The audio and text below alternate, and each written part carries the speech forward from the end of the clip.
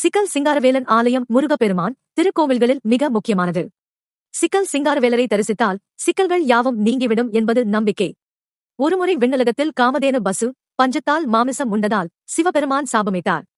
கவலையுற்ற காமதேனு இறைவனிடம் மன்னிப்பு கோர மல்லிகை வனத்தில் உள்ள குளத்தில் நீராடி இறைவனை வணங்கினால் சாபம் நீங்கும் என சிவபெருமான் அருளினார்.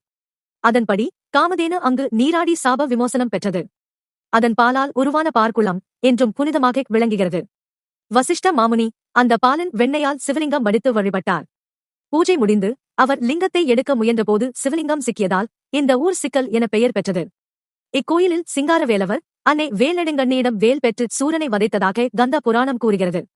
ஆண்டுதோறும் கந்த சஷ்டி விழாவில் சூரசம்ஹார நாளில் அம்பாளிடம் முருகன் வேல் வாங்கும் நிகழ்வு நடைபெறுகிறது. அப்படி அவர் வேல் பெறும்போது வியர்ப்பதை கண்கூடாக கண்ட பக்தர்கள் மெய்ச்சிலிர்த்து போகின்றனர்.